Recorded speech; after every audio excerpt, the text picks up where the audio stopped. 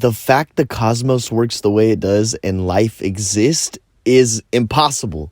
Literally nothing short of a miracle. Every single part of this is a miracle. We don't know where thoughts come from. We don't know where we come from. We don't know where we're headed. We don't know a single atom to its entirety. We know literally nothing. Every part of this is a miracle. That's the trick. When you forget that it's a miracle, then it's no longer a miracle. Imagine this. When you experience a miracle, or let's just say you're in your happiest moment you've ever been. Maybe you won something amazing, or someone you love accomplished something awesome and you're living through them vicariously, or you see a baby being born, or just anything miraculous and amazing. How do you react? Well, when you experience a miracle, that state of mind that you're in, that's the real you. That's the peak state. That's the highest version of yourself, the happiest version, the most joyful version of yourself that you could possibly be. Okay, when you are your utmost joyful self, or most abundant, highest version of self, your happiest peak, most joyous state ever, do you ever dare wrong a worm, hurt a fly, a bug? You are so preoccupied with being ecstatic and happy, nothing can break you. You have no mindset on fighting. There's no philosophy even needed. You don't need to have developed a psychology. You're completely joyous. Somebody could try to knock you down off your high horse. Nothing can faze you. That's because in this state of joyous, not only does your intellect, scientifically proven, go up to about 10-fold, 10 times. When you are in a calm, joyous peak state, your intellect is almost 10 times that of its base level, right? Anger is almost, I think they said about seven times more likely to cause mistakes. I mean, just think about it. Every single time that you're angry, and you think of the times that you've messed up the most in your life, or radically done something that you regret, it's because you're angry. When you're angry, you don't think clearly, but we justify anger. Because what happens is sometimes when we're angry, we either get our way, or maybe we work ourselves up into a hot sweat because we're like, I'll show these motherfuckers, right? And we grind and we get results. And psychologically, we start to associate that when I'm angry, I get shit done, or I get results, or I get it my way, or I feel a sense of significance. You know, if someone's holding a gun to somebody's head, how significant are they at that point? Extremely significant to the other opposing person, right? And I went over the human needs, and violence, pretty much covers all of the human needs. Short of, I guess, love and growth. But even that, connection. How connected are you to that person who has a gun to your head? Pretty connected. So pretty much covers all the human needs, and that's why violence stays around. But this isn't about the 6 human needs. This is talking about life being a miracle. So, considering life as a miracle, how do you feel when you experience miracles? Amazing. Utmost peak state. Beautiful. Untouchable. Life can't faze you. And simply, what you want to do is maintain that state, or organize your thoughts and functions to be able to continue having this momentous, amazing, joyous state, right? So your only goal when you experience a miracle is celebrate with others how you discovered the miracle, and try to maintain that peak state, of impossibility, miraculousness. That state when you feel something was impossible, or you didn't think you could do it, or maybe you did. Maybe you've been working or training for an event or a award show or a ceremony, or you graduated college, or simple things. Kids being born. There's so many things that give you this sense of life is perfect, right? And if you're in that state of mind, your only job and only thing you want to do is to continue to create joyous experience, okay? So if life's a miracle, and every time you experience a miracle, you're in your peak state of mind. That peak state of mind, in order to continue it, you have to create more peak experiences, right? So in order to create more peak experience, what would you have to do? Well, in order to sustain this peak state of mind, I would have to back it up with a big amount of responsibility, correct? Because responsibility is not how many bills you have to pay or, what you have to do from day to day. Responsibility is simply your ability to respond. So, in order to amplify your ability to respond, what would you need to do? Well, you need to work on mind, body, and spirit, right? Because if I'm working out every single day, if I'm reading every single day, and then I'm creating, meditating, visualizing,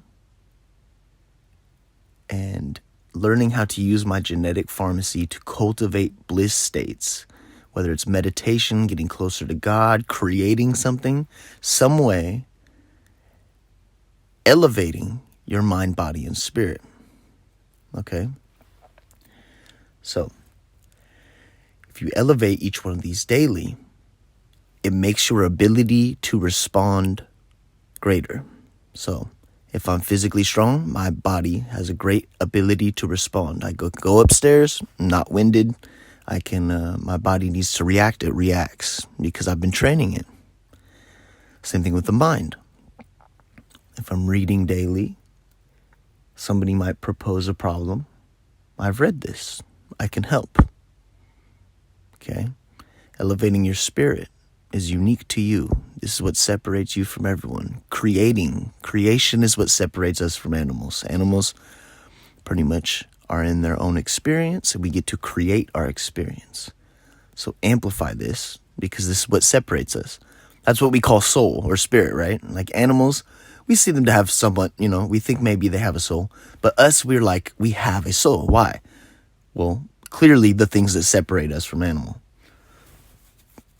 Just creation, humor, understanding beauty in its depth, and also human suffering, but also human bliss, which are all controlled by human thought, not human circumstance, but your thought is what creates this. Okay. So, life's a miracle. How do you feel when you experience miracles? You're in your peak state. How do you maintain your peak state? Elevating your ability to respond, your responsibility in mind, body, and spirit daily. Now, how would you do that? Well, in order to do that, it must be backed with a lot of self-discipline. So if you're in your peak state, you want to create, right? And if you want to create, you need to have a better ability to respond, mind, body, and spirit. And in order to cultivate a better mind, body, and spirit, a better responsibility, then you need to back that with the ridiculous amount of self-discipline. Why? Because creating that state or that miracle life or maintaining that miracle life is extremely important to you. As a matter of fact, it's the most important thing in the world for you is to be in a perfectly wonderful, joyous state internally. Externally, there could be all kinds of tragedies and events going on, but internally, you're at peace because you have the ability with thought alone to do so.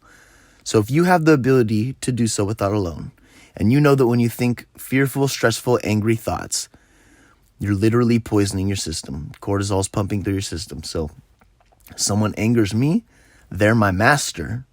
My enemy is actually my master if I label them my enemy, right? Because I gave them the ability to control my internal pharmacy.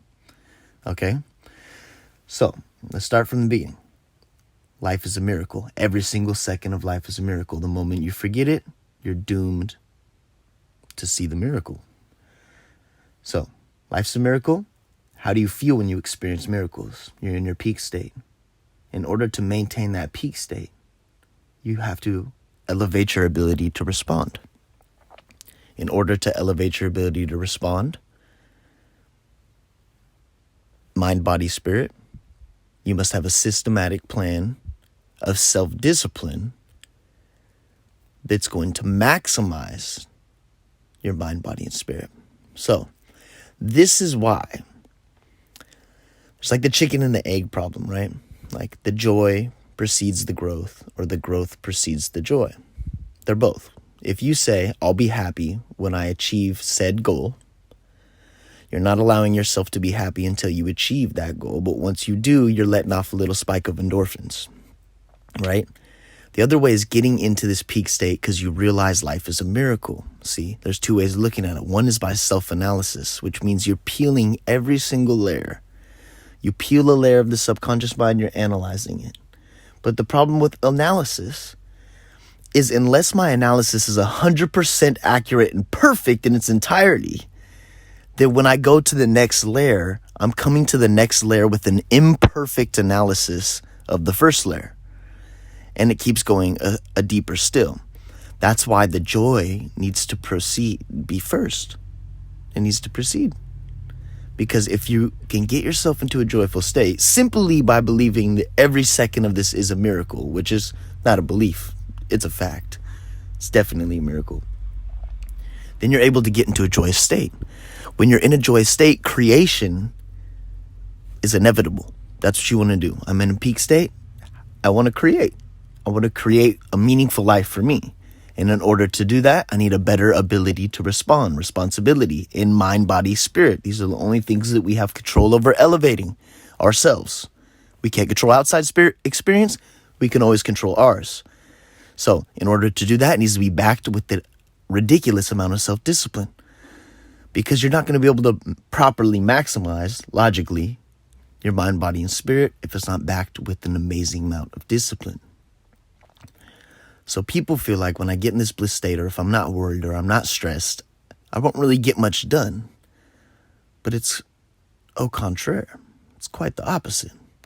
Because if you're in a joyous state, then your intellect is 10 times that of its base level. You don't want to harm anyone. You just want to create a meaningful life. And in order to properly keep and sustain that state of meaningful life, you must have maximal control over your mind, body, and spirit to keep this process in ease, right? And so basically, if you want your life to be a massive success in every way, then the only thing you really have to do is realize that every breath, every second, every single millisecond of this existence is amazing, miraculous, and perfect. And when you get there, by nature, everything falls into place. That's why you want to self-discipline. So the joy could and should always precede the growth. Because you don't want to do nothing but grow after you're in a joyous state, right? In the next video, I think we'll discuss on the triggers that keep us from seeing that this world is a miracle in its entirety. But it's LBS. Good morning, everybody. I love y'all. And if no one believes in you, LBS believes in you. Let's get it. It's LBS the Oracle. God bless.